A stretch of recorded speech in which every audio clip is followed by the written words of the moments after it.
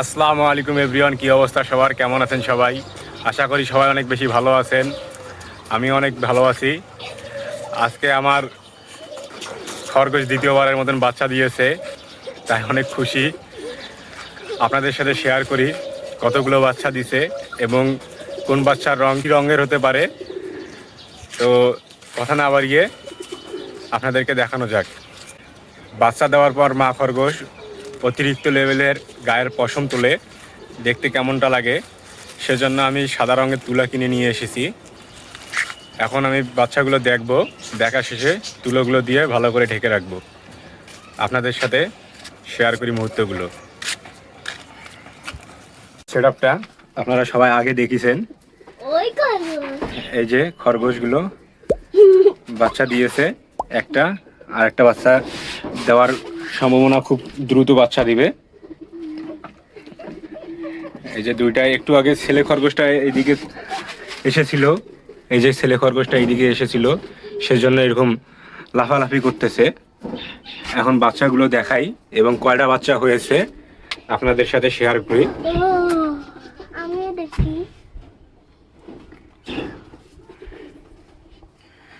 করি। এই যে বাচ্চাগুলো দেখতে পাচ্ছেন, কি সুন্দর বাচ্চাগুলোর সাইজ। এবার একটু ছোট ছোটই হয়েছে, ছোট ছোটই হয়েছে।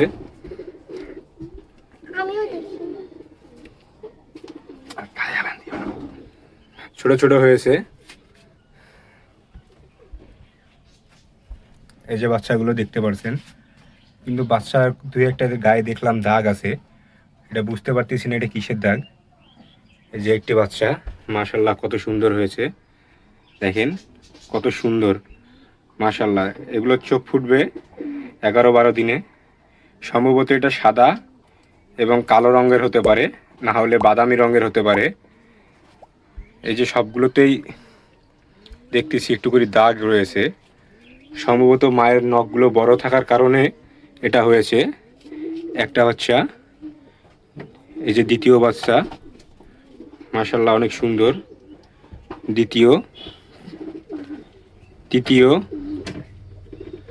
তৃতীয়টা সাদা হবে। সব বাচ্চারই গায়ে দেখতেছি একটু করে দাগ আছে। তৃতীয় বাচ্চা, এই যেদিকে মা বের হয়ে যাচ্ছে, তার বাচ্চাকে বলাচ্ছি এখন মা বের হয়ে যাচ্ছে, মাটাকে একটু আদর করে দেই, নাহলে হাতে খামচি দিতে পারে। সে ধরনের সতর্ক থাকতে হবে সবাইকে। আর এই যে এখানে আরেকটা, ও বাচ্চা দিবে খুব রিসেন্ট, সর্বোচ্চ আর 8-10 দিনের মধ্যেই বাচ্চা দিবে। কারণ দুজনকে মিটিং করানো হয়েছিল 8 দিন পর 8 দিন পর ব্রিডিং করানো হয়েছিল। কারণ অনেক দিন যাবৎ বাচ্চা নিইনি আমি, তাই এবার বাচ্চা নেওয়ার জন্য কিছুদিন পর পর মিটিং করেছি। আরও একটি বাচ্চা কালো রঙের হতে পারে, কালো এবং সাদা অথবা বাদামি মিশ্রণের হতে পারে বাচ্চাটি। দেখেন কত সুন্দর বাচ্চাগুলো। এখানে থাক। এই যে মা খরগোশটা এখানে আসতেছে, সে বুঝতেছে যে তার বাচ্চাকে আমি বলাচ্ছি।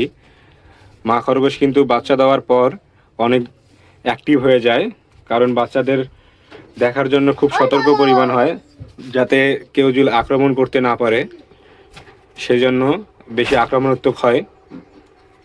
আর এখানে আরেকটা বাচ্চা আছে। আমার দেখা মতে দেখা যাচ্ছে যে এই বাচ্চাটা সবচেয়ে বেশি অসুস্থ হয়েছে। এই যে কানের এখানে আঘাত পেয়েছে। আমি একটু টেনশনেই আছি যে বাচ্চাগুলো টিকবে কি না, কারণ এখানে প্রচুর পরিমাণ আঘাত পেয়েছে। মায়ের নখগুলো অনেক বড় বড় থাকায় এরকম হয়েছে। তো আপনাদের যাদের খরগোশের পায়ের নখ বড় বড়, তারা করবেন কি, যে পায়ের নখগুলো দেখেন, এই দেখেন কত বড় বড় পায়ের নখ। পায়ের নখগুলো এই যে বোঝা যাচ্ছে কত বড় বড়। আপনাদের যাদের খরগোশ আছে তারা খরগোশের পায়ের নখগুলো কেটে দিতে পারেন। এখানে টোটাল বাচ্চা হয়েছে 60টা, 2, 4, 6 আর 1 7টা বাচ্চা, টোটাল 7টা বাচ্চা হয়েছে। বাচ্চাগুলো অনেক সুন্দর মাশাল্লাহ, দেখতে ভালো। শুধু মায়ের পায়ে লেগেছে, তাই এরকম একটু ঘা টাপের হয়েছে। এখন তাদের জন্য তুলো নিয়ে এসেছি, তুলোগুলো আমি দিব। এই যে তুলোগুলো এখানে রেখেছি, এই যে তুলোগুলো দিব এখন। এই যে মা খরগোশ বাচ্চাগুলো থেকে অনেক, এই যে তুলোগুলো দিয়ে দেই আমি একটু, যাতে বাচ্চাগুলো মশা কামড় থেকে বাঁচতে পারে, যাতে করে কোনো আরও অসুস্থ না হতে পারে। এই যে মাটা দেখেন কি দাপাদাপি করতেছে, মা অনেক দাপাদাপি করতেছে।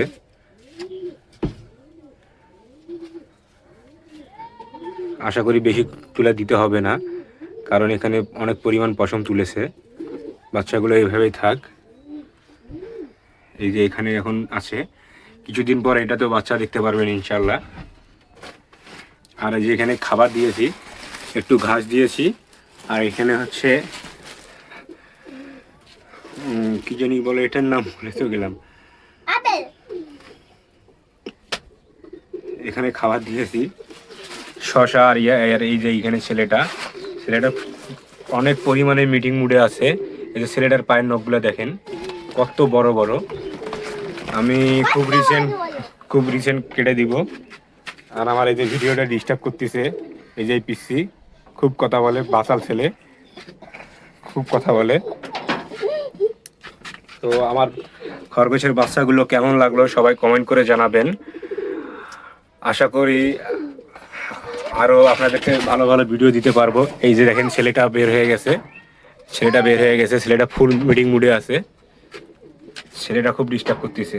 তো খরগোশের বাচ্চাগুলো আপনারা দেখলেন, বাচ্চাগুলো কেমন লাগলো একটু কমেন্ট করে জানাবেন। আমি চেষ্টা করব আপনাদের সাথে খরগোশ পালনের কিছু টিপস বা মুহূর্তগুলো শেয়ার করার। খরগোশকে কী কী খাওয়াবেন, খরগোশকে কীভাবে মিটিং করাবেন, খরগোশের যত্ন নেবেন কীভাবে, সেগুলো আপনাদের সাথে শেয়ার করব। আজকের ভিডিও এই পর্যন্ত। ভিডিওটা ভালো লাগলে চ্যানেলটা সাবস্ক্রাইব করবেন। যারা ফেসবুক পেজ থেকে দেখছেন পেজটা ফলো দিবেন এবং বন্ধুদের সাথে শেয়ার করতে ভুলবেন না। আর আপনাদের কোনো মতামত থাকলে অবশ্যই কমেন্ট বক্সে জানিয়ে দিবেন। আল্লাহ হাফেজ।